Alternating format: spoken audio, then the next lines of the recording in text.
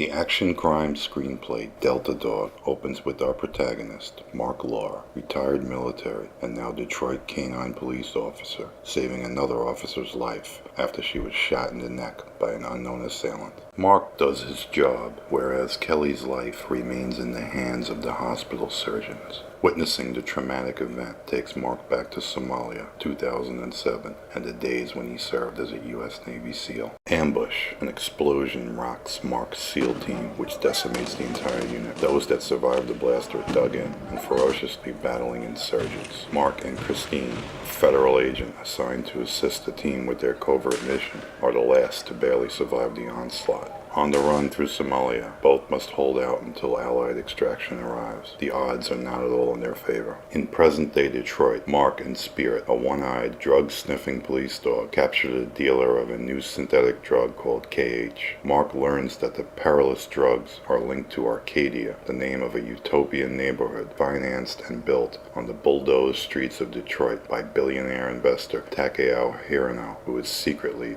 a despotic drug czar. The Detroit police assemble a massive strike team into Arcadia to dispatch the flow of illegal narcotics. With time before the raid, Mark visits a recovering Kelly inside of the hospital. After officially meeting Mark for the first time since the traumatic event, she immediately falls for her rescuer. As a token of her appreciation, Kelly insists that Mark accept her deceased father's lucky knife, which he does. The police neutralize the drug dealers and secure millions worth of illegal product. The heroes of Detroit claim their notoriety. It turns out that Mark has mistakenly left Kelly's knife back at Arcadia, somewhere at the scene of the narcotic seizure. Unwilling to disappoint his new lady crush, Mark and Spirit quietly slip into Arcadia to retrieve the old blade. That is, until her super-sensitive nose leads them to a second shipment of drugs, a billion-dollar stockpile which is now ready for distribution onto the streets of America. The earlier shipment seized by the police was merely a distraction for this mega truckload. Cut off from outside help,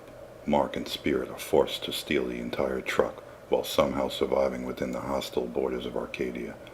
Together they must battle corrupt police, hired mercenary teams, and even a creepy henchman named Feng, a one-armed martial artist.